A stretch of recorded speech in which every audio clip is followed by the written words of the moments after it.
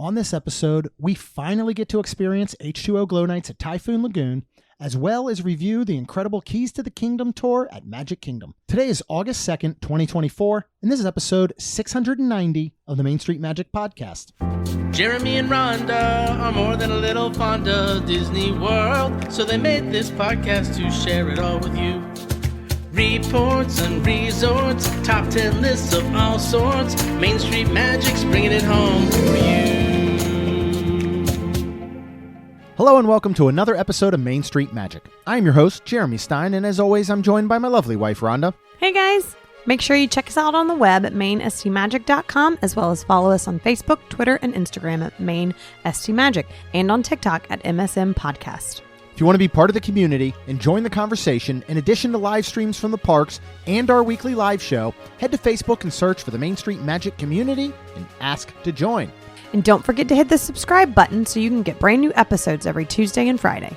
Planning a trip to Disneyland or Walt Disney World can be overwhelming and at times just downright frustrating. But don't worry, because Mouse Dining removes the frustration of booking Disney dining reservations, alerting you when they spot availability for your desired restaurant, date, meal, and time.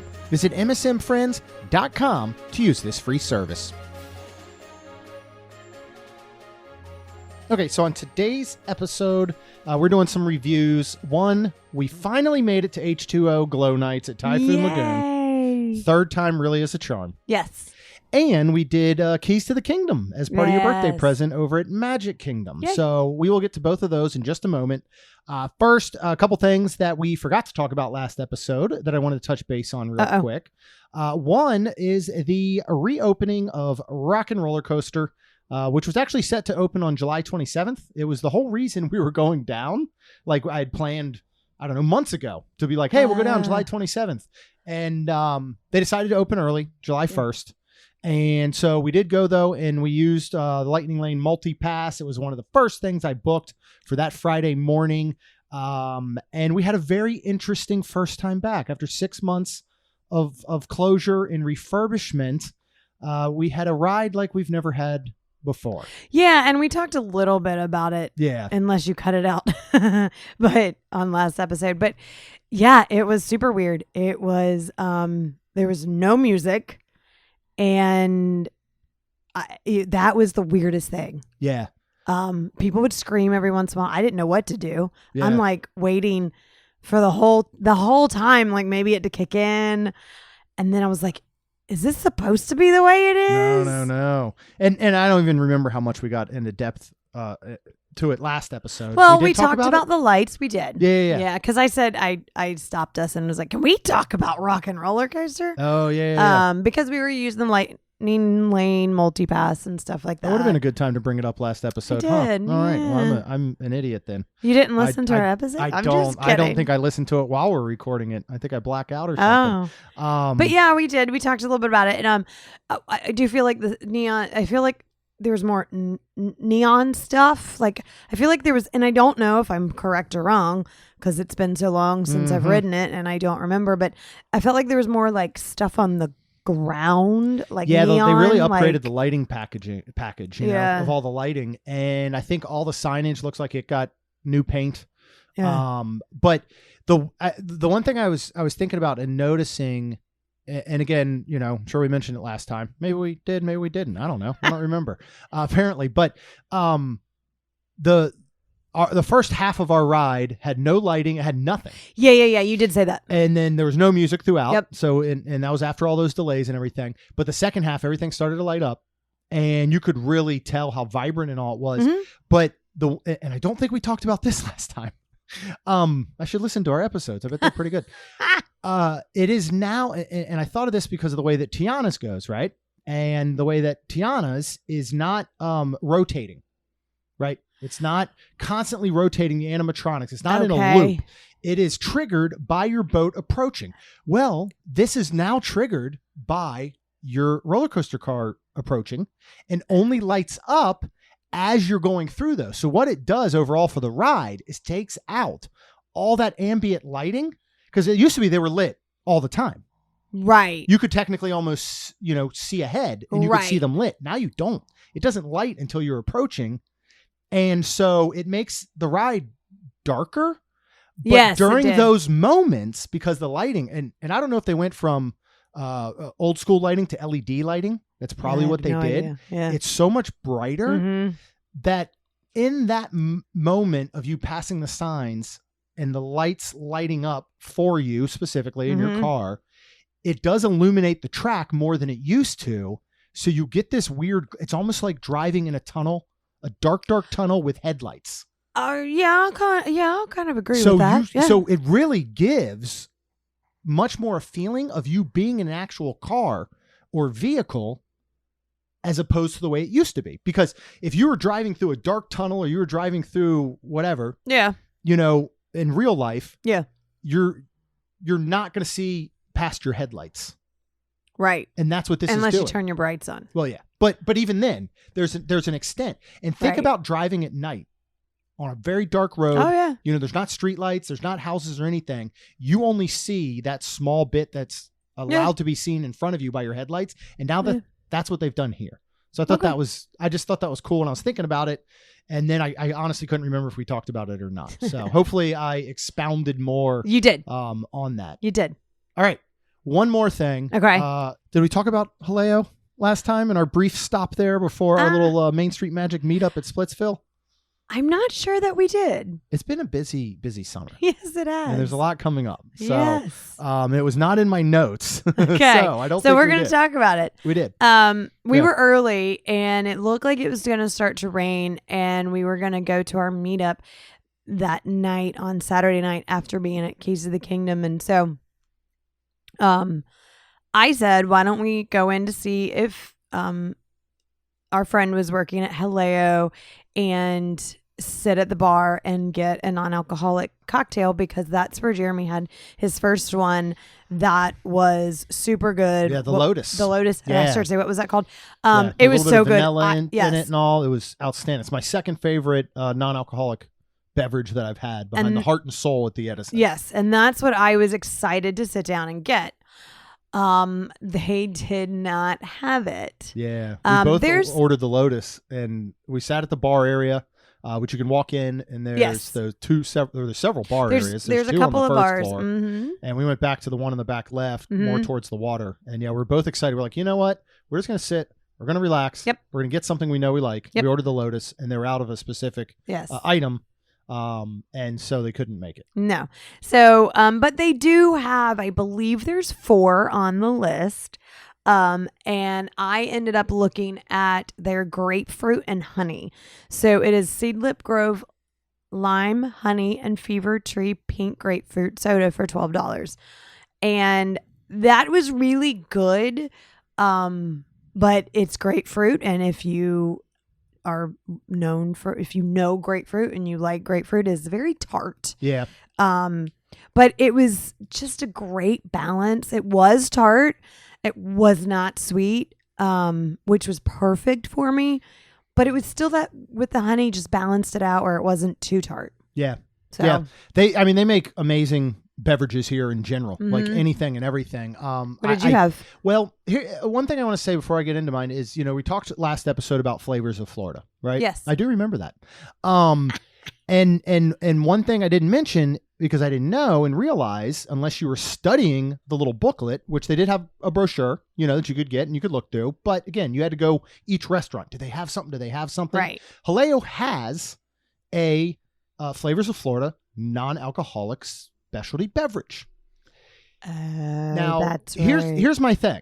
If you think of us sitting down at Haleo, you think of us sitting down at Splitsville, where we did get the poppers, because I had done my research and I had picked them out. Right. Where we did the burnt-in tacos over at Cityworks. Mm-hmm. Those were the 3 sit-down places that we visited. Do you remember a single one telling us about the special? No. Or did you remember seeing a single piece of literature or signage or anything? No. I think Disney really failed on that one. Yeah, that was sad. They really did, because I can guarantee there's a lot of people that are going through these restaurants and going through Disney Springs that have no idea something like Flavors of Florida exists with this menu. I mean, there's little hints around and there are brochures, but if you didn't know, you wouldn't know. Right. And, if they had this thing ran for well over a month. Right. There's a lot to it.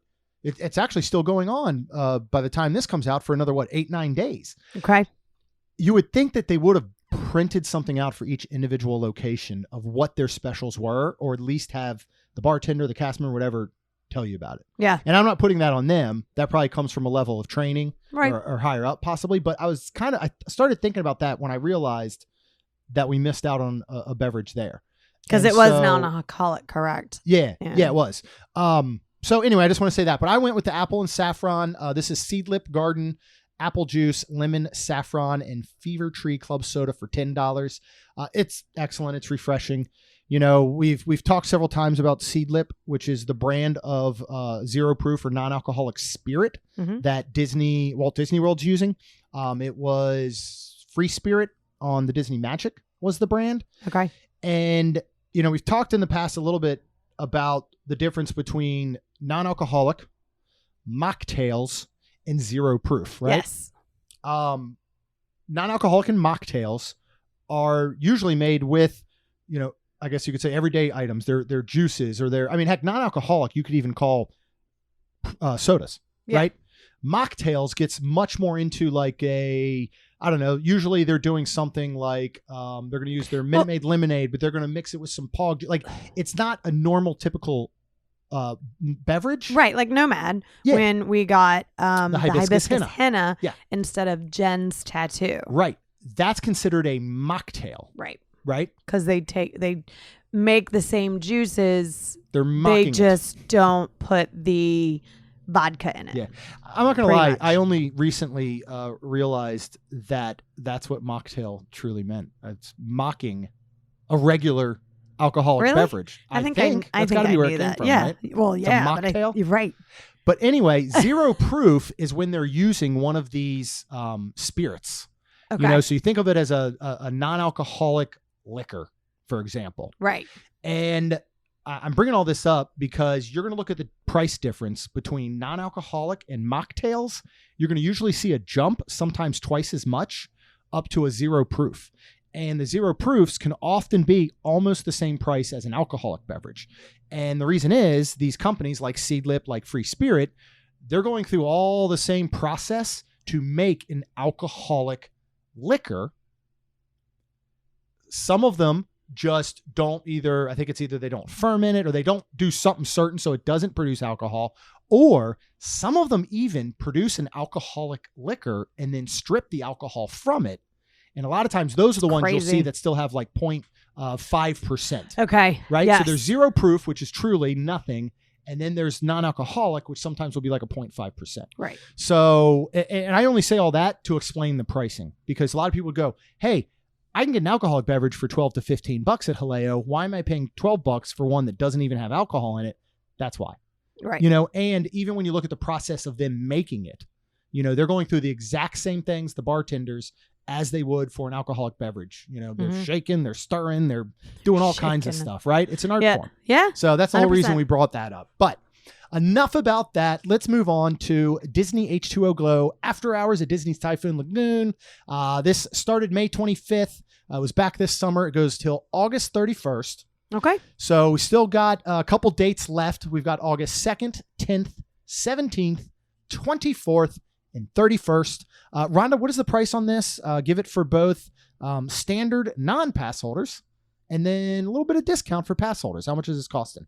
So the rest of the nights that they have available is costing $85 per person. But if you are a pass holder, it is only $70 per person. Yeah. And it is less when it comes out, because I think we paid like $60 per person. Yeah, we did. So in it ranges from 75 to 85 on the non-pass holder side, and 60 to 70. Okay. So you're getting $15 off either way, which is a pretty good discount for pass holders. Really good. Yeah. Yeah. So this is going to happen on these specific dates. It's 3 hours long. It's a nighttime event at Typhoon Lagoon. Right as the sun is setting. It starts at 8 p.m., goes to 11 p.m. You can get in at 6 p.m. Okay. So just like after an hour's like like Mickey. like one of the parties, you know, where you can get in at 4 o'clock for the 7 p.m. Not so scary party. Perfect. Now, nothing between 6 and 8, nothing is happening. Correct. That would be glow worthy. That all starts at 8. Yeah. But if you're going to do this, go ahead and get there at 6, you know, and, Oh, and yeah. for us as pass holders with water park add-on, we could have gotten there anytime we wanted And then just stayed throughout. Which would have been, Yeah. which would I think been cool at some point, but And we would have gone earlier, but we were spending the day with our friends Karen and her daughter Zoe, and that's when we did Animal Kingdom and Hollywood and all. And so we went back to the room, we chilled a little bit with them, and then decided to go. So we got there, probably around 7. yes, we did. Now, if you are not able to drive, and what is your Disney transport? If you're staying on property, what is your Disney transportation to get to Typhoon Lagoon? So this is the sad part. So if you can drive, I would. Unfortunately, where you're staying, you have to go to Disney Springs and then from there transfer to Typhoon, which is just across the street. So it's not a long bus ride, but still. Then when the night's over, you still have to get on another bus that takes you across the street to Disney Springs, and then you have to get on your allotted bus there. Yeah, back to your resort. So it's a lot. It is. And it can be very time consuming. Yes, it can. Because you got to think, let's just say you're at your resort heading there, and you wait 20 minutes for a bus. Well, like back to, let's just talk about, unfortunately, last month when we were going to try to go, we had our bathing suits on and everything. And I'm not sure why. And we were staying at Port Orleans, correct? Yeah, we're at Riverside. That is a moderate. Yep. So I don't know why, but we ended up sitting there for like 20 minutes or more. I think it was close to 30 minutes. I think that it we waited was at the main bus stop, and we decided still hadn't. Nope. We still hadn't had a bus. Yeah. And there was weather coming in. And I was like, oh my gosh, we still have to go from here to Disney Springs and then from Disney Springs. And we were fearful, which we were correct, of the weather coming and having to cancel. So I was like, let's just go drive. Yeah. So we walked all the way back to change, to get ready and get in the truck and drive. And that was very, very smart. And then that was what we were going to do the rest of the time. Yeah. And I would not use Disney transportation to get to Typhoon Lagoon for this specifically, but I wouldn't really use it probably for anytime you're going to Typhoon Lagoon. I would, if you don't have a car on property, I would just Uber. Yeah. Honestly, you know, or maybe that's the time to splurge for a minivan. Yeah. Because you could easily, you know, Disney says, well, allow 90 minutes to get from any one place on property to another. Yeah. They ain't kidding when it comes to getting to Typhoon Lagoon from your resort. Yeah. So just a little something to think about. All right. Let's talk about what you get at Typhoon Lagoon. We got a couple at H2O Glow Nights at Typhoon Lagoon. You get Typhoon Lagoon at night, illuminated. Yeah. Right? Yeah. All throughout. So you're looking at nighttime, but then you're looking at this glow factor and certain lighting and effects and stuff, and it's pretty cool to be there. It is. Nighttime, and when right? you walk in and check in, not only do they give you a wristband, but that does not glow, but they do give you a necklace that does light up. Yeah, a little glow stick on little it. like glow stick with Goofy on it, and that has a button on it, so you can blink it fast, slower, or just have it on. It is waterproof. And that's super cool. I really enjoyed getting that. You know what? It was the best. Well, one, we'll talk more about the Lazy River in a minute. But having that little glow stick around your neck was so cool in the Lazy River because you see just all these, and it's almost like it's not dark. No, you know, because it is still illuminated and all, but it's still almost like seeing fireflies. You know, going through. Yeah. So that was really cool. And then Crush and Gusher, I felt was so cool because there's those moments that you go through the dark tunnel. Yes. Especially at night. It could be pitch black in there. Oh, it was crazy. That was my, I think that was my specifically funnest made it flash when we went through there. Yeah. Yeah. And that I thought was really, really cool. Something else you get to experience is all of the attractions are open. All of them. Which is awesome. Yep. We'll talk more about those in a minute. Yep. You're going to have, you can actually move and groove. That's Disney's words, not mine, to hot beats during a DJ dance party. Yeah. And there's characters that come out and dance with you. A 45 to 55-year-old is writing this description.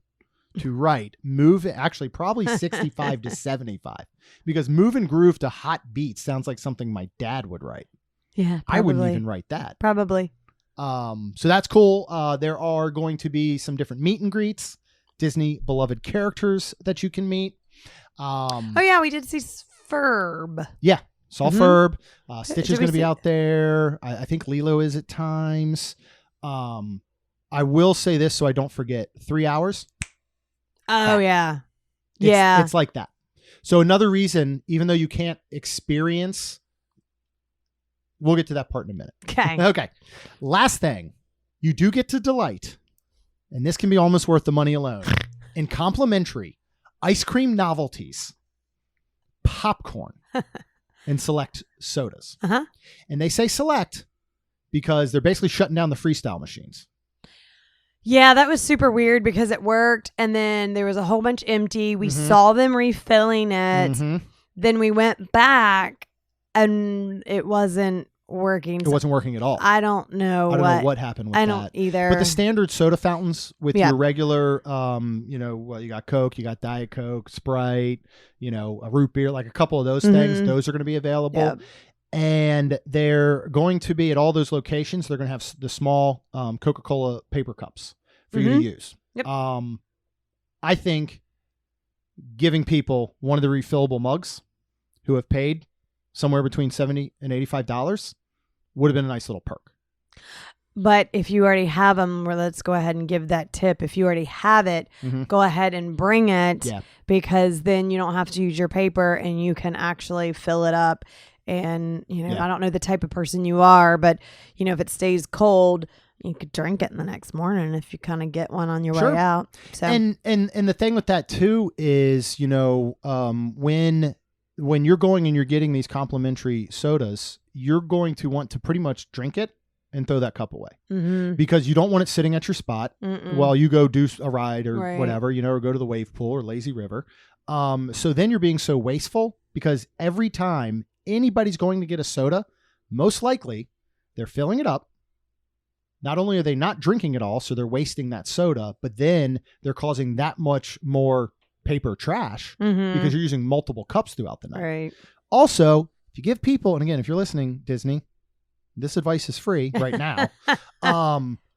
If you give people these refillable mugs, maybe it's an incentive to come back and reactivate it at another date. You can set the time on them to be done at midnight, Yeah. So just a thought there. What ice cream novelties are available? There is only 3. It is That's all they need. It is your Mickey ice cream premium bar. It is your Mickey ice cream sandwich. And then it is your fruit bar. Yeah, strawberry fruit bar. Yes. Yeah. And these are very readily available. They are. There are 4 locations spread out through Typhoon Lagoon that are not only going to have the soda station near them, they're going to also be dumping box loads of each of these on a table. Yep. And if you're worried about them being out in the Florida heat, don't, because they're not going to be on the table for long before people are snatching them up. Yeah. Very quickly. How many did you eat, Jeremy? I ate 2 ice cream sandwiches and I had a Mickey bar. I'm very disappointed I didn't do one of the strawberry bars. Really? Yeah. I'm not. And then they're also filling. They're bringing out, I don't even know how many gallons it is. Anybody's been to Costco and you see the big bins. They're like 8. First of all, little shout out to Costco, and I'm sure Sam's Club and some of these sell them. It is a giant bin, stackable bins for like $7.99. Yeah. That are so perfect for storing anything and everything. Yes. Halloween decorations, Christmas decorations. We bought 4 of them to organize our closet and our master bedroom. They're amazing. So they're basically bringing out something the size of this that is filled with popcorn.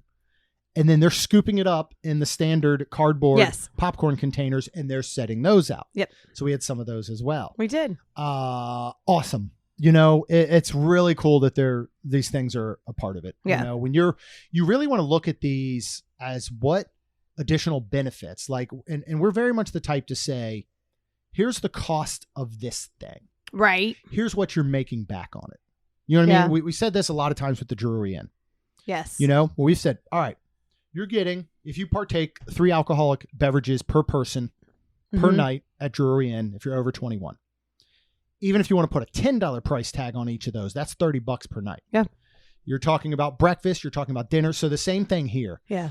What's the cost of 2 Mickey bars, or a Mickey bar and 2 ice cream sandwiches, I started to say, and a thing of popcorn and multiple sodas? Yeah. Yeah, because I had 2 ice cream sandwiches too, and a bar. Now I will say, they're better than Mickey bars. Ice cream sandwiches are better than Mickey bars. I kind of agree Hot with take, that. maybe? I don't know. I know. I kind of agree with that, and I'm going to say that when Jeremy and I did get our Mickey Premium ice cream bar, they were softer. Mm-hmm. Yeah. Because they were sitting on the table, where I think they kind of got smart, because then when we went to get another sandwich, they had them inside, and now it wasn't crazy and people were coming up, but so I think it was still just a crazed time. Yeah. But they also do take them away and put them back, like put them in a freezer. So I thought that was nice. Yeah. It's a great added bonus though. All right. We'll talk real quick about specialty menu, and then we'll just get into a little bit more on this, but they do have some special menus that are available only at H2O Glow Nights. This includes a Dole Whip pineapple hard cider float at Leaning Palms. This is Dole Whip float served with Caribe pineapple tropical hard cider. That sounds delicious, to be honest. I might tonight, because we have a sparkling cider. Okay. Non-alcoholic sparkling cider, and we still have some of the Dole Whip cups in our freezer from Costco. Are you going to try this? I think I might try and make one with that. And I have found the brand is Ace. Makes a really good non-alcoholic cider. Is it a tropical hard cider? It's not. I don't know if Ace makes one. I tend to get the one with the Black Widow on it. Maybe we'll look, but I would like to try this because it sounds good. Okay. They have a foot-long loaded hot dog at Leaning Palms. This is a foot-long hot dog topped with tomatoes, onions, relish, mustard, and sport peppers. This is a Chicago dog, basically. Maybe they're not allowed. Maybe they didn't license from Chicago or something. I think you have to get approval from Mike Ditka himself. So, so that's available, and their foot-long hot dogs are really good. Right, I don't want all that stuff on it. Yeah, I don't want relish and mustard and that on it. But they got a large strawberry green matcha swirl cone. This is at the Snack Shack. This is a waffle cone with Dole Whip strawberry and green matcha tea soft serve, topped with assorted candy. I think matcha tastes like yard clippings, so I don't care for it. Okay. And with any of the sweet treats here, I mean, my thought is, look, you're getting something sweet and ice creamy for free or included. We didn't want to spend the extra money, to be honest. I agree. Mm-hmm. They've got a bathtub float at the Snack Shack.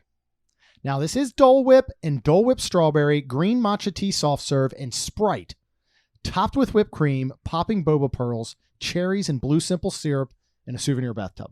Oh, that sounds kind of cool. That sounds good. That's a lot.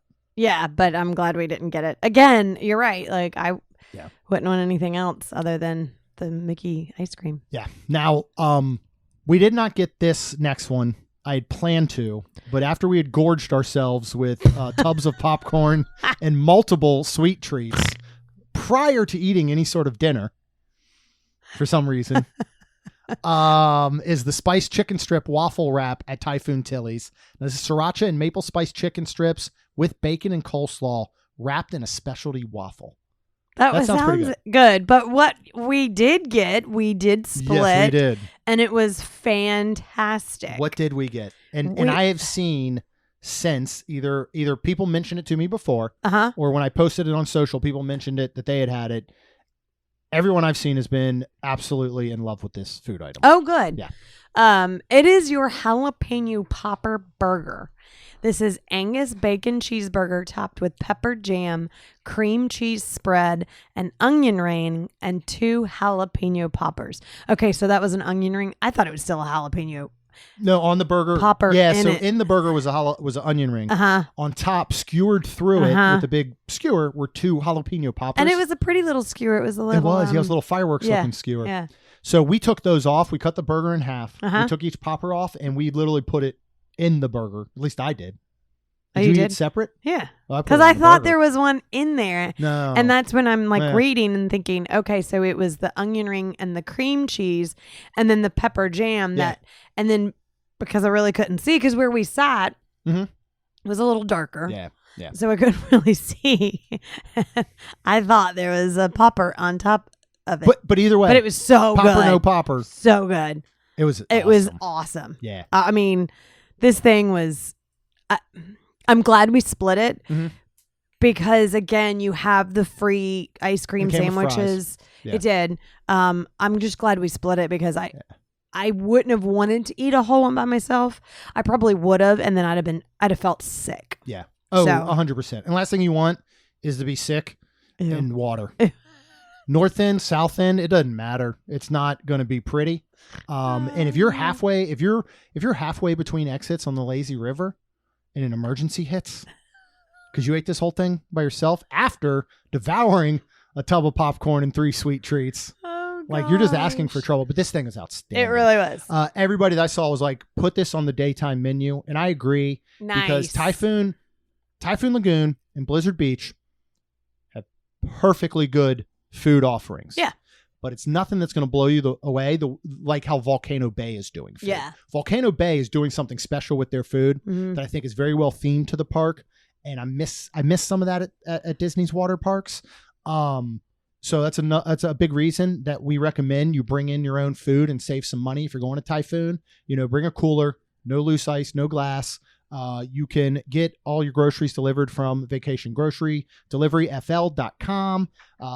Get some pub subs, some snacks, some beverages, whatever you want. Put them in a cooler, bring them in. But if they put this sucker on the regular daytime menu, just get this. Yeah. It's so very, very good. Okay. Now let's talk about, I guess, overall, me saying goes like that. 3 hours goes very quickly. And like any paid hard ticket event that Disney does, they cram in way more than you can ever do in the allotted time that they're giving you. Yeah. Let's talk Christmas party, Halloween party, Jollywood nights. Like there's so much to see and do. It's pretty much impossible to do it in one evening.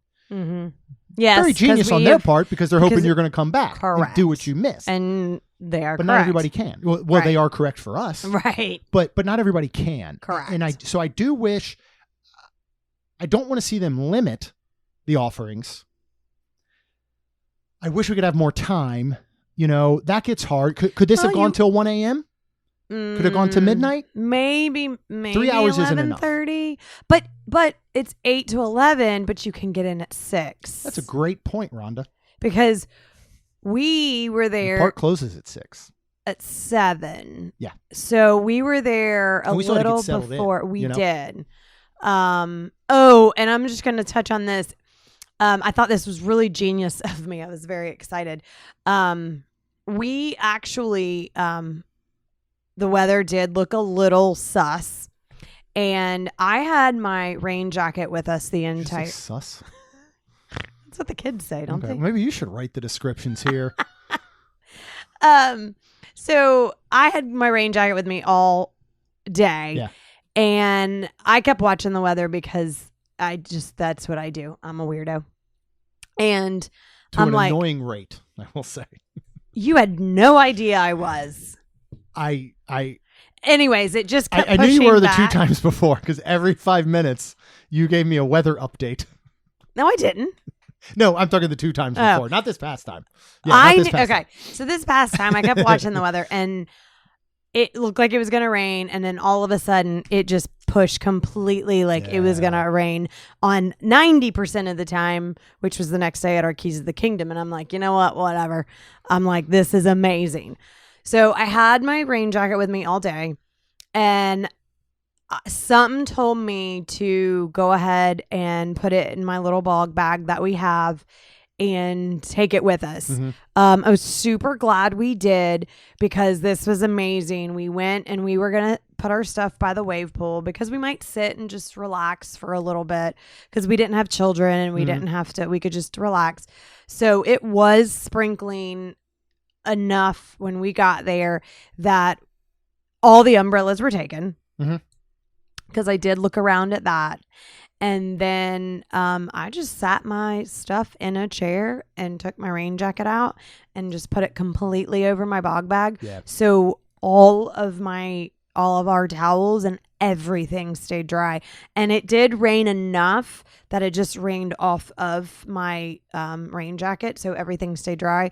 And that's a really good tip for the water parks, regardless of almost regardless after hours of event. Yeah. Right. Day, even if you're going during the day, Yeah. during the summer, it's going to rain while you're there most likely. And that's another one we've been caught before where we're in, we're about to get on a slide, or we're in the middle of the lazy river between exits, and it starts raining, and all you're thinking about is your bag filled with towels, which are supposed to dry you off. Your phones, like whatever's in that bag is going to get drenched. Right. And even if you have an umbrella, we get sideways rain here in Florida, right? Yeah. So it's not going to protect it. So even if you think you're going to have the most beautiful day, it's not a bad idea to pack something like a raincoat. Well, I always joke and put over say, top of it. If you bring it, it's not going to happen. Yeah. So another thing you could do is bring a mini umbrella. In fact, Drury Inn sells them for $15 each. We own 2 of them after a trip. You can actually bring in an umbrella and put the umbrella up and stick it all the way in your bag. So the umbrella portion is covering your bag and your shoes or whatever you have there. So that's a really good tip to do. But yeah, I think as far as talking about there not being enough time, like you said, you can get in at 6. Yep. I would recommend getting there at 6. I would also. And I would spend, after you get your spot, I'd stake out a spot and put your stuff down. And I would recommend using those first 2 hours to do the rides. Yeah. That's the time that you go, like we've said in the past, you head to Crush and Gusher. You make your way around to Misadventure Falls. You go to the storm slides, if that's your cup of tea. You go around to Keyhole Falls, Mayday Falls, all of those on that side. You experience the lazy river once. You knock out those things that could really take chunks out of your 3-hour time. And yes, and I completely agree, because as we experienced over the course of the time, I think that it almost seemed like, and correct me if you think I'm wrong, almost like a start of the day where we put our stuff down. We got to ride. We didn't ride Misadventure Falls because they would have put us with 2 other people. Yeah. And we just didn't want to do that. But we did a Crush and Gusher. We did a couple of things. And we rode them and we're like, oh, we're like almost done. But then we thought we'd go back and ride more. Yeah. And then I don't know if they were starting to not give out as many floats. I don't know what they were doing, but the lines got a lot longer. We experienced between 8 and 10. We experienced longer waits than we've ever experienced between opening at 10 and noon, like we usually go. Wouldn't you say? I think so. And they weren't awful. No. They weren't awful at all. You're still, what are you waiting, 15, 20 minutes? Probably max. Maybe. But that can be significant when you're waiting 5 or 10 minutes during a regular Typhoon Lagoon water park day and you're getting there at rope drop. Yeah. It can make a big difference. So that part I found interesting. And that's another reason I think you want to knock those out prior to the actual party starting, because you're going to miss out on party things. Yeah. Let's talk about the lazy river. Yeah. Because I do recommend go ahead and get a ride in, but then do this after the sun sets as well. And the lazy river never technically has a wait, right? Yeah. There's several entry and exit points. You can always get in. Yeah. There's never a wait. Yeah. Now, it's not guaranteed you'll have a tube. You might have to stand there and wait for somebody to give up a tube while they're getting out. You might have to just see a free floating one and grab it. Or you can do what I do sometimes. I just start walking the lazy river until I come by a tube, or until I see someone that is much smaller than me and I just flip them off. I don't do that. But what made the lazy river so much fun? And this will show that 2 things. Not only do we love Disney, but we were very simple people. Because this was one of my favorite things of the entire I know. weekend. I was super excited. Well, all of a sudden I see a tube coming around. And I go, oh, that's Stitch. Oh my gosh. And I was super excited. And not only was there a Stitch pool float, but there was Kevin, there was Sully, there was Wally, there was Dory, there was Nemo, Minnie, Mickey, and then that Sparkly. Yeah, sparkly ones. Minnie and Mickey were like a flat, like where I felt like I think you said something too. If you had a tiny baby, you could put them in the ears. Yeah, because you could fit 2 babies. If you had twins, if you had baby twins, they could each fit in an ear. Just keep an eye on them. But yeah. Anyways, it was so, I don't know why it was so cool. Yeah. Like it was one of those things you're like, well, you didn't expect that. It was just neat. It was just a neat thing to differentiate it from your standard daytime. Yeah. So cool. I mean, we did everything we did, but at the same time, I was putting together the notes yesterday, and I barely remember a dang thing about this night because, well, we had spent the whole day running. I mean, we had a busy day. Yeah. Between Hollywood Studios, Animal Kingdom, using Lightning Lane Multipass, getting checked into the room, which normally we're not checking into a room at 5 p.m., 4 p.m. or whatever it was. We're doing it much earlier. Yeah. So we're doing our stuff. Mm-hmm. Karen, who has a Tesla, had to go find a place to charge it. If you drive an electric vehicle, look where what charging stations are available. There's few and far between. Parks, I believe she said most of them only have 2 charging stations, a max of 4. They're not available at the All-Star resorts. There's no charging stations at All-Stars. They're available at Coronado. The most are at Coronado. She said there's 6. Yep. So she actually needed to go because she didn't know when she'd have other time. Yeah, she was about to give me a heart attack. Yeah, she had to go somewhere and get a charge. Yeah. So she had to look up on her handy little Tesla app where one was, that it was available. So we took Zoe with us back to the room. So again, I feel like things were so frantic, and we got there after 7, right around 7. We got checked in. The party was starting. By the time we got our bearings, I felt like we were halfway through. It just moved so quickly. Yeah. For us, I think, or for me at least. Did you feel that way, or? Yes, because I think at one point we were relaxing, and then I looked at the time and I was like, oh crap, because we were getting up for Keys of the Kingdom, and I really didn't want to close down the park. And when I say that, like, I didn't want to be there at or even after 11. Yeah. Like when they did announce, like, hey, sorry, it's closed now, that because I'm sure they would have nicely said that. And wherever we were, we'd have to go back, get our stuff, and then walk out. You're not coming back till midnight. Right. Probably. I mean, so I was like, it was like 10:30, and I was like, oh, can we start getting ready to go? And that's when I was like, because it was like 10:45 before we really got out of there. Yeah. But yeah, that's when I felt like, oh, it's almost over. But I will say too, being a complete 100% Floridian, I will not lie and say that, a little later when we rode a ride around 9:30, 10 o'clock, and I got out of the water, I was freezing. I mean, even you were cold. And so I would say, like, get there early, get all of the rides done, dance, party, and then maybe stay in the wave pool, because like if I was in the wave pool, up the water up to my neck, I was warm, I was fine. Yeah.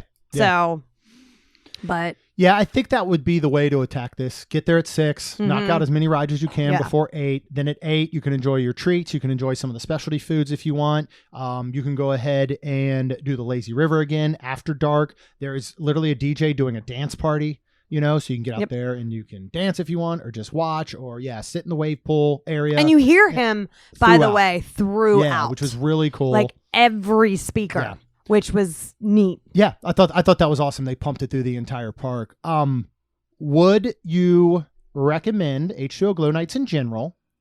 And would you recommend this in place of purchasing a daytime ticket to Typhoon Lagoon? Now, again, that's taking people like us out of the equation, because we are pass holders with water park add-on, and we go several times a year. In fact, we start a lot of trips that way. So think of you coming down. This is your summer trip that you do each year with your family. You want water parks. You want to experience Typhoon or whatever Blizzard Beach opens. Correct. You know, if that ever is open during summer again, which would you recommend? Like, what are your thoughts on that part? Part of me says yes and yes. Because it is something different and fun.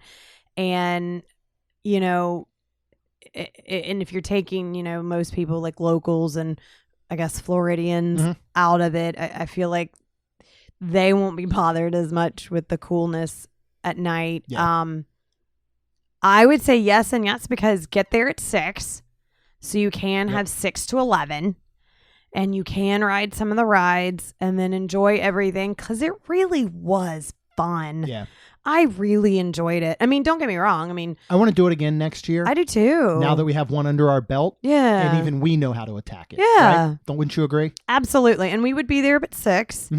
I mean, honestly, I wouldn't mind trying something like a whole day situation if we could get there. But I don't know. It'd be one of those things where. Yeah, I left with a slightly differing opinion. But I think I've come around to think the exact same way. I noticed because I remember you saying immediately, you were like, I wouldn't recommend this just for somebody's like time. Only water park thing. No, again, I'm not saying I wouldn't recommend it. I'm saying, what I was saying originally was if you have the option of purchasing a day ticket to Typhoon Lagoon and going, or purchasing this and going at night, I would do daytime. It's going to be more relaxed. You're going to get to probably accomplish more. You're going to have more time to do things. So that's what I would say about that part. Yeah. Okay. As, well, if you have small children, daytime. Don't bring them this. It's going to be late. It's going to ruin your next day. Honestly. Yeah, probably. There wasn't one happening July 4th when we took Lacey and her friend. There was not an H2O Glow. Had we taken them on a night that there was, this would be amazing to take teenagers to, I think. Yeah. I think this would be well worth going to over a daytime Typhoon Lagoon ticket if you have teens. I also just think for adults, you know, for us, for a couple, for a couple couples, you know, if you've got a group of adults going, I think this would be really, really fun and be really cool to do in the evening as well. And then that gives you a time during that day to have an off day, to enjoy your resort, to go to Disney Springs, you know, things like that. Resort hop, whatever it may be, is probably the way that I think I would look at it. But I want to do it again next year. Oh yeah, I really did enjoy it. Me too. And I want to be able to go at 6, like you said, get some stuff done, or at that point go, all right, like Crush and Gusher after sunset, right? Yeah. Lazy River after sunset. Those two had clear-cut advantages to me during the nighttime above anything else. I agree. You know, the wave pool, I didn't feel like, whoa, this is so cool. We're in a wave pool at night. Because it's not like going to the ocean at night where it's literally dark. Right. You know and you I mean? said something about if they could turn off the lights, but I don't know if they could for safety reasons. No, not at all. Again, I mean, I still don't understand how people aren't walking out of that thing bloodied and beaten all the time. So if it was nighttime, you really couldn't see anybody coming. But, you know, I think this was a lot of fun. Yeah, it was. And we'll do it again next year. If they continue to bring this back, I think we'll continue to do it every year. And that's a great price. You can't do any other after hours hard ticket event for even close to this price. 100%. Nowhere even close. Yes. All right. Let's talk about if Keys to the Kingdom, this little tour they're doing over at Magic Kingdom is worth it. We did this 8 years ago. Yeah, we did. For our 10th anniversary. Yep. And we loved it then. Yes, we did. This is a 5-hour walking tour at the Magic Kingdom. It explores the creation and remarkable growth of one of the most beloved parks at Walt Disney World. You get to explore secret locations you've always wondered about and get the inside scoop on some of your favorite attractions, as well as make your way through the air quote underground utilidors. During your tour, you will uncover hidden secrets of classic attractions at Magic Kingdom. Like I just said, you'll access the famed underground utilidor tunnels that allow people and supplies to travel beneath the park unseen. You're going to learn little known facts, trivia, other exciting tidbits about Magic Kingdom and Disney history in general. Oh, yeah. Disneyland as well. Yep. You get a delicious, maybe lunch included with your tour price. Yeah. And you get to take home an exclusive keepsake. So we don't forget, before we get into price and everything else, what is that exclusive keepsake? It is a cute little key to the kingdom pin. It's really cool. It is. It's super cute. And you also get a name tag. Oh, yeah. Now, it's done on a little label maker with your name, but it will have your name on it. Yep. And you get to keep that. It's a little rectangular tag with the Magic Kingdom and stuff on it. Mm-hmm. And so that's pretty cool, too. All right, Rhonda, what is the cost of Keys to the Kingdom? And you might want to say it twice, because I don't know that people will believe you when you tell them how cheap this is. Oh, because it's a 5-hour and 5 food hour, is included. Food included, keepsake, 5-hour tour, Magic Kingdom, utilidors, rides, $250, $300 a person. It's got to be. It's got to be that much, right? No, it is anywhere from $129 to $149 a person. Now, why is that? Like, is it based depends? on season? Okay, because I'm looking at it even like, so only one, and that's not tax included. So you're talking a little over 130 on a low end, all the way to 150 on the high end, and I mean and then because you're an annual pass holder or DVC, you get a 15% discount. Yeah. So were we on the high end? No, we were on the low end. We were. Yeah. I believe we're at the 129 mark minus that 15%. Okay. And when we went 8 years ago, this ran, I'm pretty sure, from $99 to $129. Yes, it did. Yes, I do remember that specifically. It's only, okay, if anybody from Disney's listening, just skip ahead. It only went up $20 in 8 years. That's surprising. Nothing at Disney has gone up that little. Yeah. I agree. And in 2 years sometimes. Yeah. So in 8 years, it's only increased by $20. Yeah. That's incredible. Now, this is a little caveat. If you are not an annual pass holder, you do need a ticket to the park. Yes. You need a Magic Kingdom ticket to the park for the day. Yes. To be allowed to spend $129 to $149. Correct. Which I perfectly understand. And when your tour is over, you have plenty of time to enjoy the park. Absolutely. And I think it would just take too much to say, the only way they could change it is to say, all right, you're going to meet, your check-in point is outside of the gates. Yep. And then you're going to walk with your guide, and then we're going to walk you out. Yep. Now, once you've exited those gates at the end of your 5-hour tour, if you're an annual pass holder, if you bought a day ticket, if whatever, you can go ahead and go back in. Right. Because now you're looking at taking that $149 cost, and you're getting to what I originally said. What is it, $300 a person?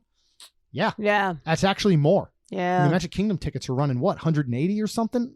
So you're looking at well over $300. Now, again, if you were doing a package, if you've gone through one of our travel advisors and you were doing a ticket package, you got multiple days, whatever, no problem. You're already going. You already got it. Cool. But it is something to note that a lot of people may not realize. There is one other very important detail.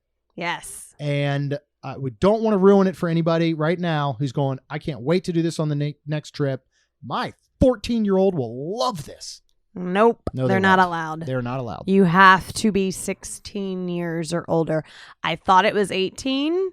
So if it was 8 years ago, I think it's always been 16. It's 16. Yeah. I think look, if you can drive yourself here, you can go on the tour. Maybe. Pretty much. But I think Kaylin now would like that. Oh my gosh, she could go. Yes, she could go on this tour. Whew. This is to help preserve the magic for children under 16. That is really the reason. Yeah. It's probably also, to keep them from complaining on a 5-hour tour that is halfway outdoors. That probably, I mean, to be honest, putting a 12, 13, 14, whatever year old through this, as much as you think they may love it, it's a lot. Yeah, it is. And you're on your feet for 4.5 of those 5 hours, not counting bathroom breaks where you might be sitting on a toilet. Right. And then lunch when you're sitting, but only for 30 minutes. And I'm not going to lie. I stand all day long for a living doing hair. If somebody has long hair, I have a stool I sit on. Sometimes I do get to sit, but if it was Rapunzel, you could sit in another room on a couch. That's true. But my point is at the end, I was kind of like looking around like, can I sit down, man? Yeah. So it is a lot. So just so you're aware. And here's the other thing, talking about that ticket, and you think, all right, I just did my 5-hour tour. They run at 8, 8:30, and 9 every morning. Let's just say you did the 8. You're on the early end, right? That means you might have been up about 6:30 in the morning to get ready to get over here because you want to check in 15 minutes prior. Yep. Right. You're now ending at 1 p.m. No. Yes. 8. Okay. I was thinking 9. You're now ending at 1 p.m. And as much as you may think, we got the rest of the day in Magic Kingdom, you're going to need a break. And this might be another one where, you have this included in your ticket, potentially with maybe a park hopper or something. And you go, all right, we're going to plan when this thing's over to go back to the resort and we're going to chill for a bit. Yeah. We're going to come back to Magic Kingdom because it's open the latest, or maybe go to an Epcot or a Hollywood. They're open usually 9, 10. And then you're going to experience it, but you may not want to get back over there till like dinner time. You're going to need a break after this tour. Like you 100% are.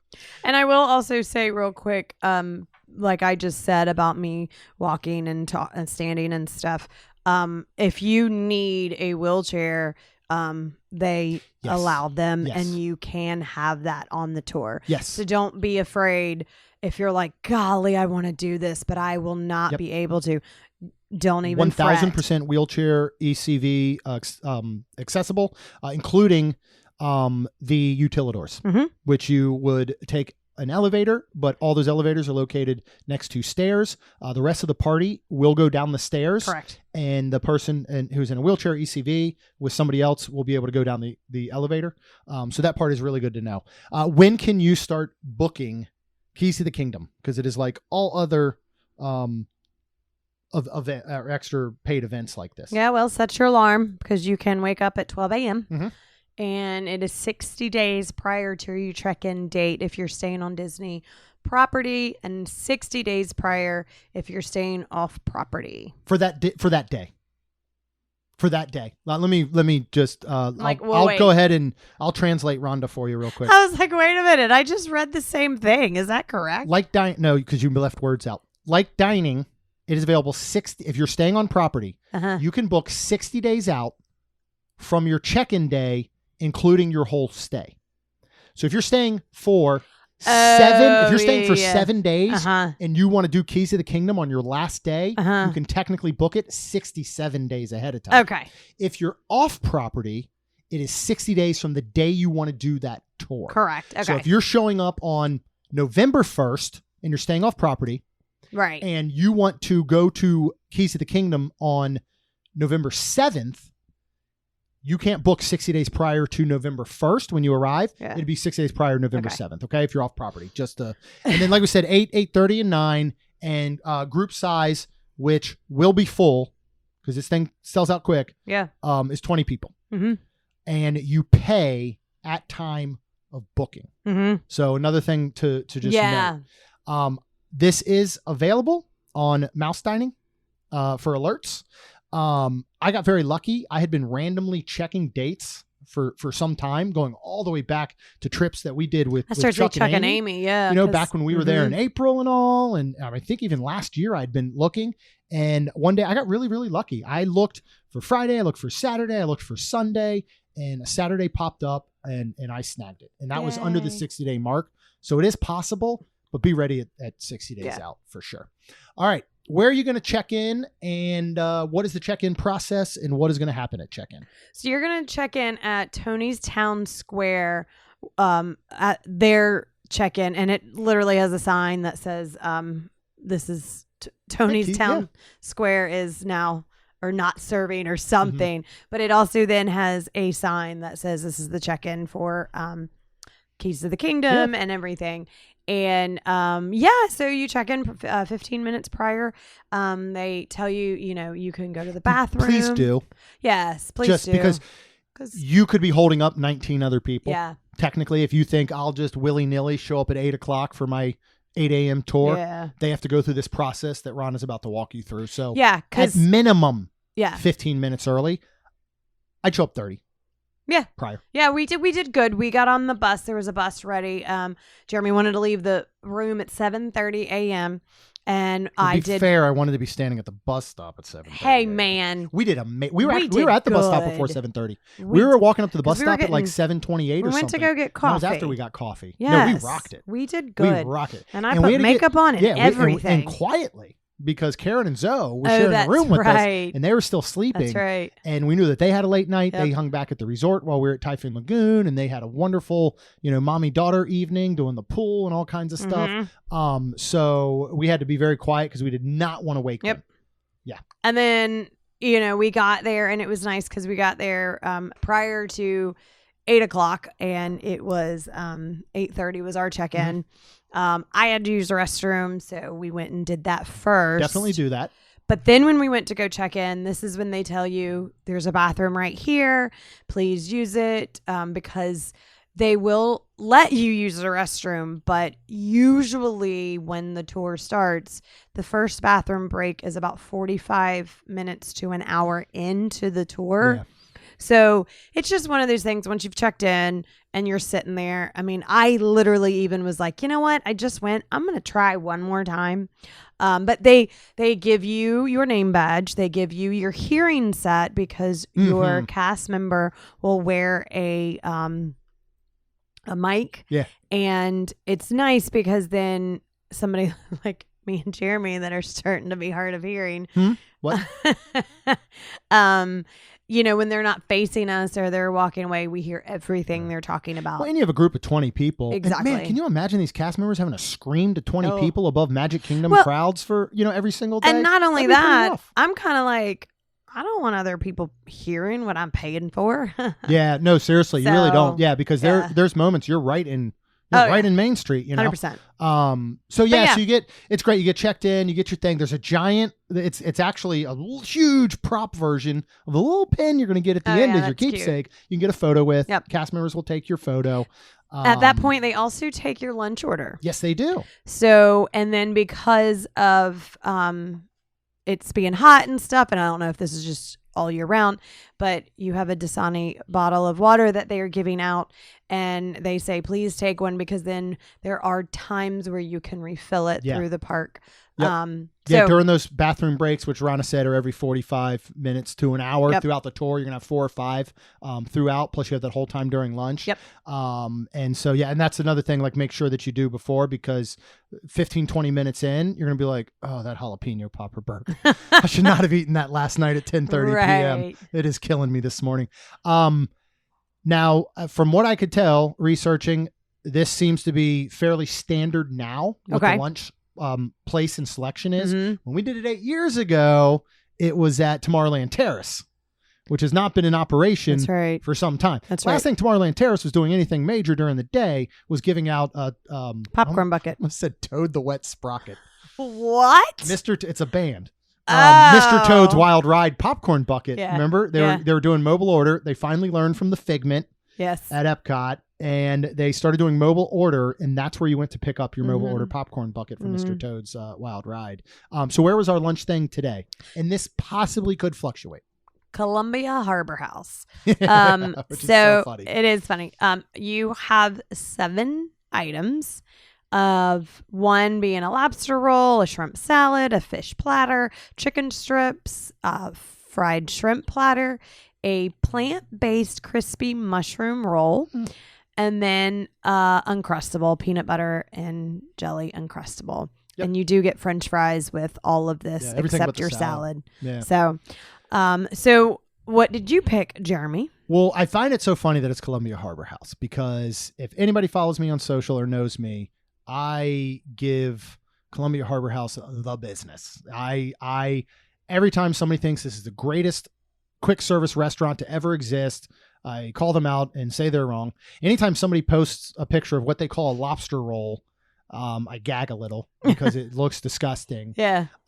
So we have not been here in a very long time. We have not. And I have it on my list of places to get back to see if it has improved. And so it was really cool that that's where we were going. I was actually very thankful. I went with the fried shrimp platter. Okay. What did you go for? Well, I was going to go for the lobster roll, but this is July.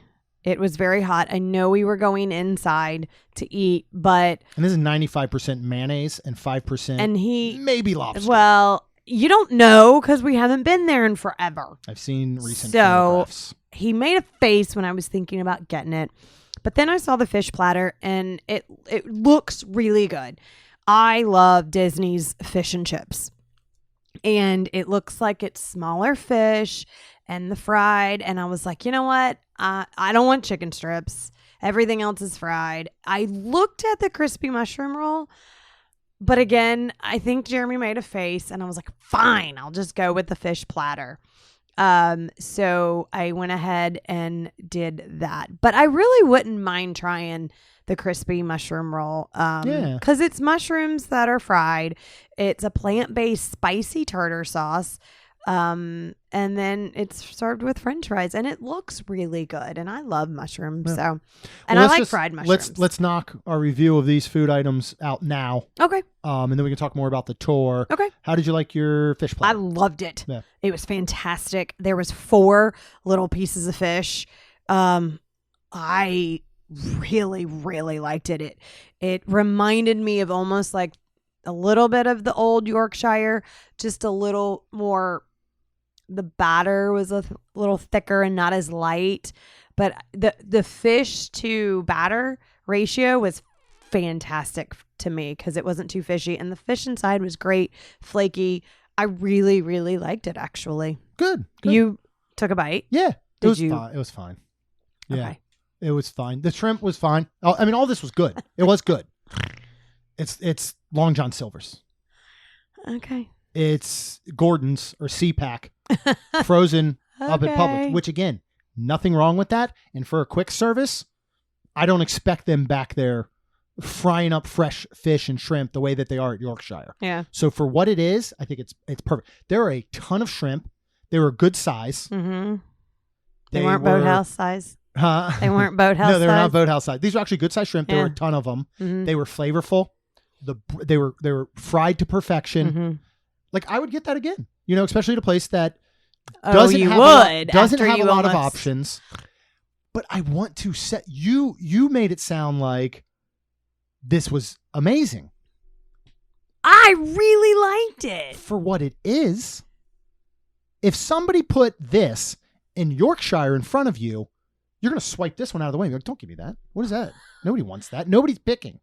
And Yorkshire is a quick service. That's all I'm saying. I'm just giving people a baseline on what to expect.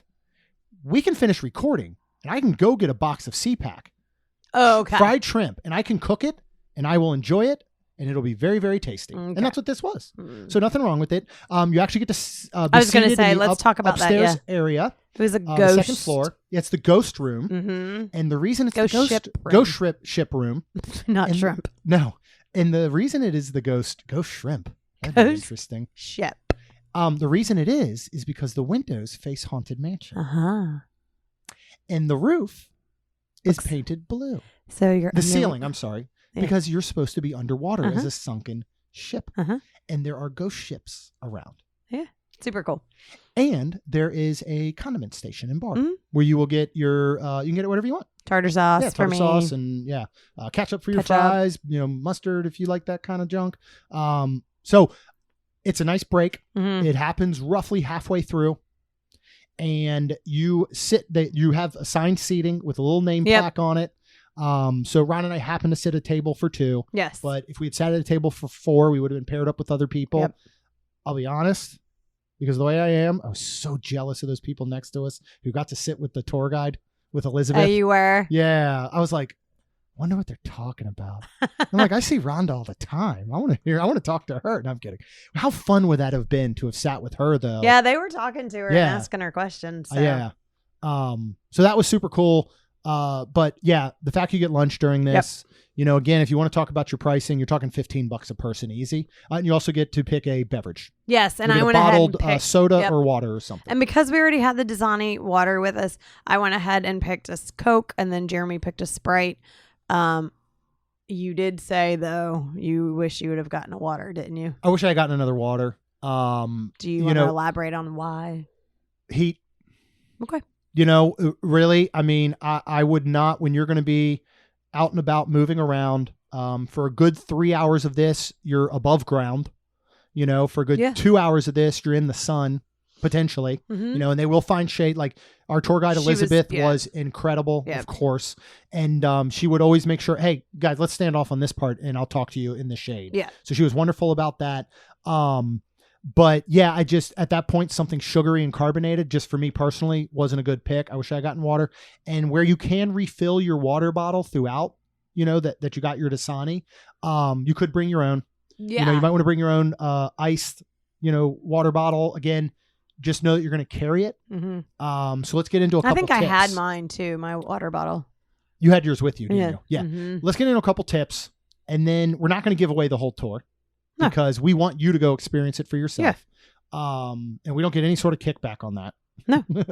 How cool would that be? That'd be amazing. But listen, we will. If we had the kickbacks to what people have done because of us, that'd be nice. We would be. That would be nice. We'd be sitting pretty, I think. We would be pretty good. Kidding.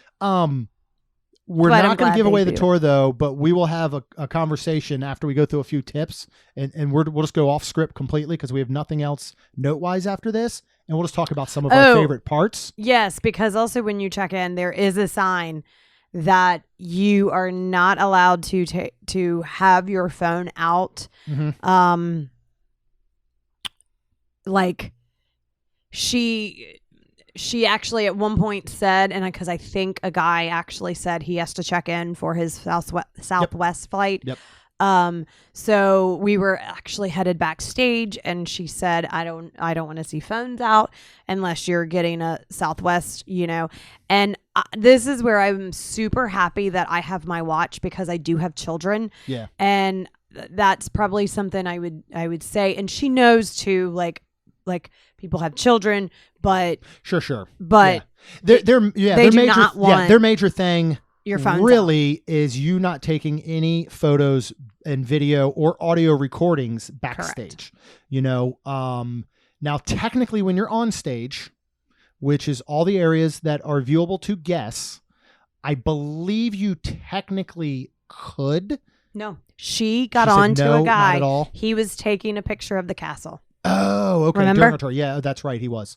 Yeah. And I was that's like, right. Oh. Yeah. And I'm like, dude, don't ruin it for the rest of us. I know. And then I did when we were a bathroom break, and I didn't actually have to go. You could take out your phone. I had my phone out, and assuming you were on stage. Yes, we were on stage. Yep. We were on stage, yep. And we were sitting where what's his face usually comes out, Jack Sparrow, right?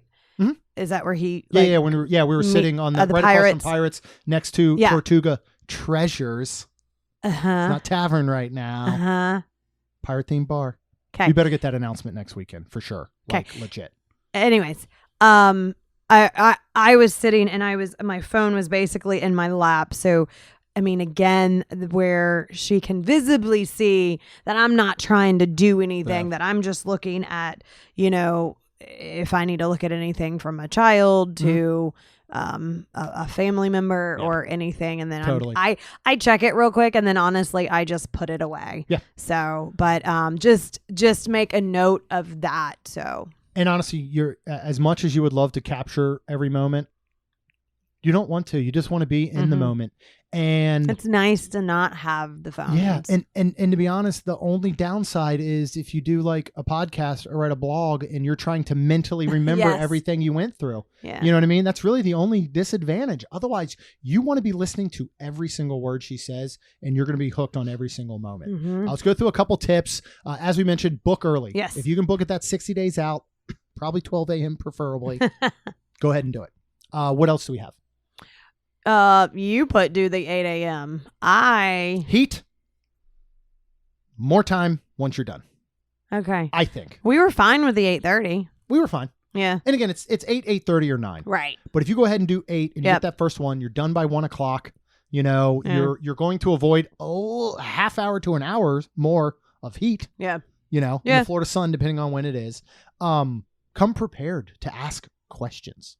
Yeah, have questions available because she will field them. She did. He or she, or whoever is going to be your guide, will field. And it was funny because she'd ask any questions, and our tour did not have a ton, because a couple times she's like, "No questions, okay." I had one, and because I'm the way I am, I never asked it.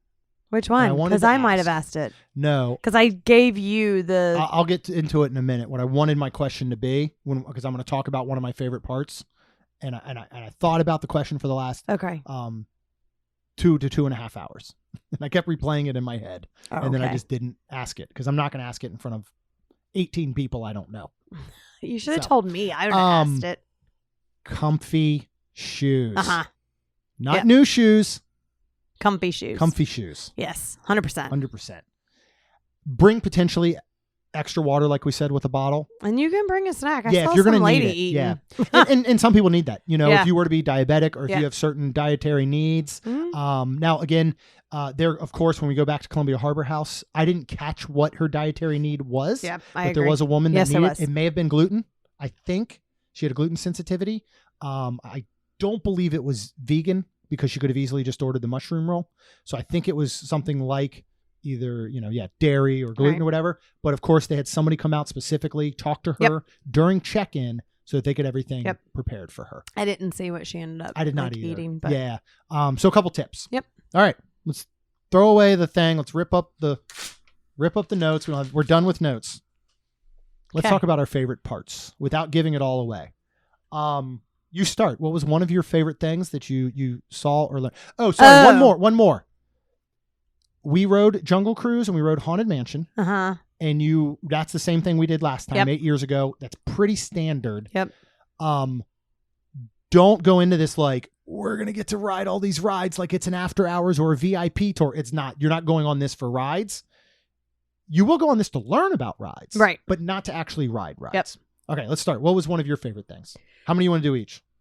3 each? I don't know. Let's do 3 each. No, I don't know, because I just have one right now. Okay, what's your first one? And then you can think while I tell mine. What am mine? When we were down in the utilidors and I saw Ariel walking. I know. That was the coolest part to amazing. me.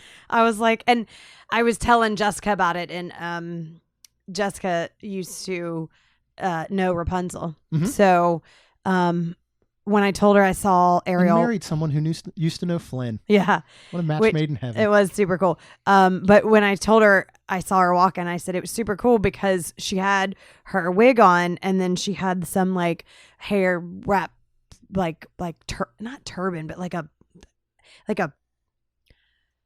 scarf or something. Yeah. I can't remember, but it was big and it covered a lot of her hair. But Jessica looked at me like, yes. And then I was explaining what she was wearing and Jessica knew exactly what and was like, yep. And I was like, that was so cool. Yeah. And she was just on her phone walking through. And I felt a little starstruck. Yeah. I mean, she didn't like look up or anything. And I was just like hitting Jeremy like, oh my gosh, there's Ariel. Yeah. So, and down there, you are not allowed to say, hey, it was hustling and bustling down there. It like really when we was. went 8 years ago, we barely saw any cast members, Yep. And they're checking in, they're checking out, they're on lunch breaks, they're getting prepped, they're whatever. So that was super cool. There was even a moment where they took us through the costuming, the entertainment costuming. That was cool. And that was amazing. And we were not allowed to speak in there. We were not allowed to talk. Nope. You had to, she said, we need to make our way through. You cannot stop. You cannot talk to anyone working, but you can walk slowly if you need to. Mm-hmm. And there are all the costuming hanging up. And there's people there, like seamstress there, working, like sewing and working. And she said it was the first time in there she had seen a full body costume of one of the country bears. Yep. That was super standing cool. up. And then leaving. You should have had a person in it and jumped out and scared you. Oh, no. Then you would make noise and you get in trouble. Yeah. But when we were leaving on the door, it said 11 days till Halloween. And I was like, oh, that's so cool. That's awesome. So one of my favorite things that she pointed out was talking about Cinderella Castle. Now, I always, it's very easy to say Cinderella's Castle. A lot of people will call it Cinderella's Castle. It is not. It is Cinderella Castle. Is cute. And I knew that. I knew it was called Cinderella Castle. And I always try to write or say it that way because I don't need somebody, sending me hate mail. It's not Cinderella's Castle. It's Cinderella Castle. Well, the reason it is, it's actually the Charming family castle. Yes. And Prince Charming, therefore, named it after Cinderella. That's why it's Cinderella Castle. It is not her castle. It is the Charming's '(s) castle. Mm-hmm. It is Cinderella Castle. And when you are down in Fantasyland, that would be all of those folks that work in and around the castle. And that's why it's designed that way. It still has that very elegant feel. It has that same stonework throughout. As you go past those stone kind of walls, as you're making your way to Seven Dwarfs Mine Train and New Fantasyland, Enchanted Tales of Belle on the left is considered the wooded area. That's where the common folk would live. Mm-hmm. And that's why it's designed that way. Mm-hmm. So there's this whole story being told mm-hmm. simply from Cinderella Castle that I honestly never picked up on. Another one in that same vein was her talking about the way that they designed and built Magic Kingdom. Now we know that Walt, never got to experience it. And there's a lot of that there. I'll be honest. It gets very emotional. Yeah. Down in the Utilidors. Oh, yeah. Like, especially, there's a whole wall of Walt in the history. And then there's the Roy got me. Yeah. When she started talking about Roy, I was just like, oh, God. Like, did you cry? Keep it together. I almost did. I'm about to now. Aww, that was amazing. I teared up a little bit. What she was saying, we knew that Walt in the design and all was built where he didn't want you pulling up in your car in a parking lot and seeing anything. Right. So it obviously was designed very much where you had TTC, mm-hmm. you take your monorail, you take your boats, you get the buses, whatever coming in. And as you kind of like start to walk up and walk in, like, the ground is red. That's rolling out the red carpet like a movie premiere. That was cool how, yes, yeah. This was designed like a movie. As you're coming in, you see the tip top of Cinderella Castle. That's your preview. Mm-hmm. That's your trailer. And she just described every step from you almost like watching a movie trailer to being then put inside the mm-hmm. movie when you finally get that incredible view, coming around the train station, around that first hub and seeing Cinderella Castle in all its glory, mm-hmm. which I thought was so cool. Mm-hmm. So my question to her was going to be, is there anything throughout the park that tells this story? Is there anything, because I've never noticed it if there is there anything throughout the park that says, and maybe I haven't stopped and smelled the roses enough, this is Cinderella Castle, here's why. Here is the working folks. That is why you have the tour. to take the and tour. That's what I was going to ask her. That was going to be one of my questions. Oh, now I remember my next favorite part. Does it have to do with a sneak peek? Yes. That's coming starting August 9th. Yeah. So this was the coolest. Yeah, this was like amazing. I said. So not only was there 11 days I saw on the door that said to their Halloween, but when we were backstage, it was super cool because I think these were my next two favorite. I'll just go ahead and say this. First of all, we were walking backstage and all of a sudden these characters are riding by like fully dressed. Aladdin and Jasmine, Merida, riding by on golf carts. And I was like, awesome. What? And then so Mary Poppins? They waved and she again then was like, if they interact with you, it's fine. Yes. Don't interact with them. Please don't initiate the interaction. Right, because they're off stage. Yeah. So they were carrying them to the floats because the little parade. Yeah, the one at noon, the cavalcade was getting ready to start. Right. Which starts off there in Frontierland. So at this point, we are behind Pirates and Tiana's, the show buildings, along with the Trash, which is the second fastest attraction. You can't call it a ride. It's a ride for trash. Mm-hmm. It shoots the trash from all areas in the park to the central location at 35 miles per hour. Uh-huh. It used to be the fastest because Space Mountain only goes 33, but Tron, since it opened, is now number 1. Trash Chute is number 2 fastest attraction in the park. And it's nice because it doesn't smell like trash back there. No, not at all. But so not only are there some floats, but there was a Halloween float.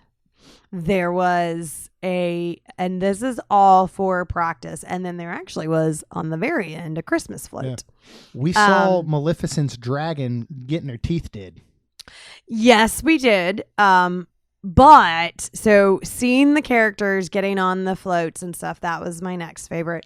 And then my last favorite was when we were back there with all of this and seeing the Halloween float and everything. They are starting to practice. And we had for Boo to You and Halloween Party. Yes, thank you. We had a sneak peek of the girls that will dance in front of Vanellope Boo to You parade. And I mean, God bless them. I mean, it was hot. They were in the sun. But what was amazing to me is it wasn't like a small little like soundtrack. I mean, this thing was being blasted. Dude, it was like a combination. There was this custom built following them. And, and they got their batons and they're twirling them and they're in sync and they got the music and all because behind them, it is like a customized like golf cart / go-kart that somebody's driving that is surrounded by speakers that are blaring the Boo to You parade soundtrack but I believe for them to go along to. The thing goes on top of it after. Because I think that's what she was saying. Oh, okay. Yeah. So the candy, the whatever that is that Vanellope's like on and that goes on top of what was following them. And that's the float. I don't think that's correct. Okay. Well, anyways, So you're telling me that this little makeshift car that I believe was specially designed for practice, they outfit it by putting a float basically over top of it. I think so. Yeah. Because the other one was sitting over there. Yeah, it's not. I don't think that's how it went. Okay. I could be wrong, but I don't believe that's how it went. But it was really cool. It was really cool. And it was really even cooler because not only are they practicing right now in the heat, but she said there are times closer to that they practice all night long. Yeah. And I'm like thinking, oh my God, well, first of all, these girls got to be young. And then second of all, I guess they sleep all day and then they just like practice all night. But they look perfect to me. They're entertainers. This isn't their one thing. I know. That's the thing that's crazy. Yeah. You know, it's not like they're just brought in for Halloween to get ready and this is all they do. They're entertainers year round. Yeah. And it was just it's so I'm a very behind the scenes guy. I love behind the scenes stuff. It fascinates me to see how things operate and work. You know, whether it's machinery or it's human beings, and to see what goes into this and the detail and the practice, because, you know, think of you as a guest. How long do you see these batoners? What do we call it? Does anybody know what they call themselves? You're going to sit in the parade and you're going to see them for a minute tops. And that 1 minute that you as a guest view them took them God knows how many hours. Not just them, the float drivers, the handlers, the ones she was telling us about on the floats that there's emergency buttons. There's several emergency buttons, based on what, just the amount of time and effort and attention to detail that goes into every tiny thing that Disney does. And I know the same thing's happening over down the street at Universal and, to an extent, places like SeaWorld and Busch Gardens, and, that happens anywhere. Right. I mean, it would fascinate me to see behind the scenes of a Broadway play, any of it. Right. But it's just incredible to see what goes into all of this. Oh, 100%. And I thought that was one of the coolest parts. I think I got one more, right? Okay. Anything Walt, So you're agreeing with me then on that. Oh, it's so cool to see. Yeah. That was just fascinating. That was my... Anything with Walt and Roy...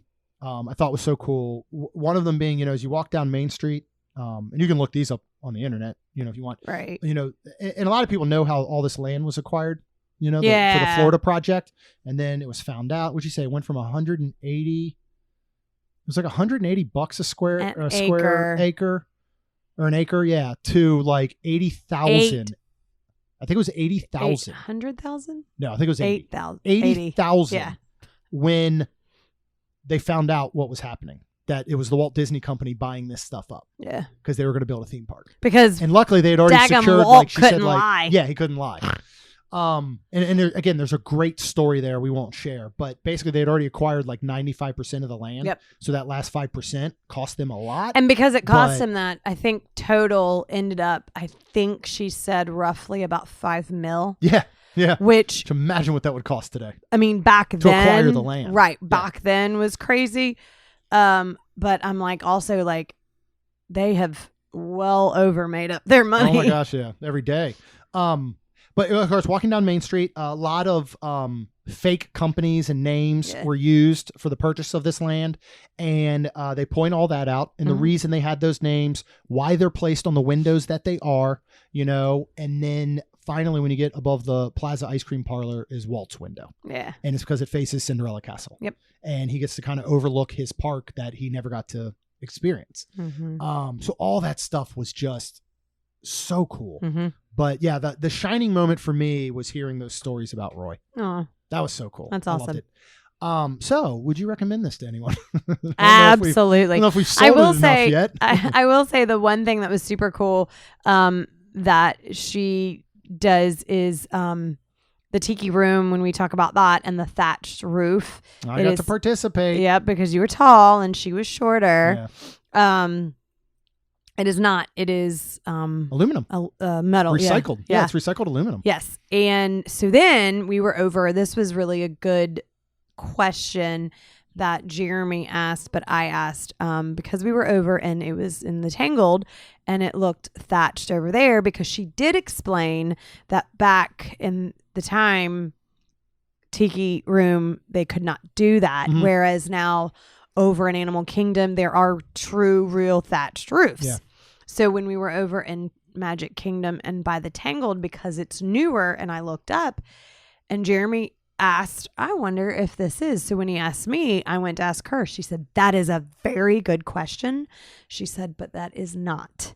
And it is all in Magic Kingdom. It is all the aluminum. Yeah. So over by Friar's Nook. Yep. I think there's some there as well. This is the best priced and the best valued thing I think you can do on Walt Disney World property. Outside of getting a park ticket and going to the park. You know what I mean? The price of this compared to what you get out of it is unbelievable. And much like, and again, it was 8 years ago. I vaguely remember some of the stuff, but not all of it. I remember some. I'll be honest. And each tour guide is going to be different. Yep. Each is going to have some of their own stories. I could easily do this once a year. Yeah. I think. Easy once a year. 100%. And still be so enthralled and pick up so much more, because as we're sitting here talking about it, I'm remembering back. Yep. Oh, that's right. There's this, and we've always done it just us friends. Yes. Just us friends, just us. Yeah. I would like to do it with friends. Yes, and I know we were looking for, with Chuck and Amy, and it just never happened. But like, I think with more people would be just so fun. You do a group of this.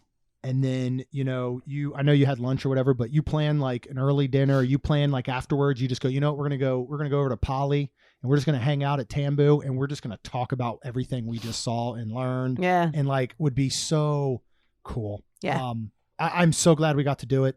Yeah. Like, it was just absolutely amazing. Yeah. Me too. We'll do it again next year. Thanks, babe. You're very, very welcome. All right, I think that's it. Okay. If that wasn't enough. Yeah. It's a good one. That was good. Yeah. Hopefully you got a lot out of that. Highly recommend the tour. You can always look, actually go to the Ears to Each Other group on Facebook if you want, which is all current and former cast members that were either laid off or furloughed or whatever during the pandemic, have businesses, and there are nannies and babysitters on there. So if it is something that you wanted to do and you have kids with you, there is that opportunity to reach out on that page and find someone that might be able to come. And sometimes they'll actually take your kid through the park or, come to your room, whatever it may be. They're licensed, they're everything. You can go out there, find some of them, because you don't want to miss out on this. Yeah. And I wouldn't, if you have the ability to do it when you're there with family or children, and you can find somebody to watch them or whatever, I would do it. It's one, you're a big Disney fan, you're going with the grandparents, and maybe they don't really want to do it. They just want to spend some time with the grandkids. Boom. Take the grandkids for 5 hours on this morning, meet up with us at Magic Kingdom later and go do this thing. Mm-hmm. It's unbelievable. Yeah. So good. Yep. All right. That's all I got to say about that. Thank you all so much for joining. If you want to hear these episodes every Tuesday and Friday, go ahead and hit subscribe on your favorite podcasting platform. And of course, Rhonda and I would be super thankful if you could please leave us a rating and review. Because it helps our show grow. That's all we've got. We'll see you real soon. Jeremy and Rhonda are more than a little fond of Disney World, so they made this podcast to share it all with you. Reports and resorts, top 10 lists of all sorts, Main Street Magic's bringing it home for you.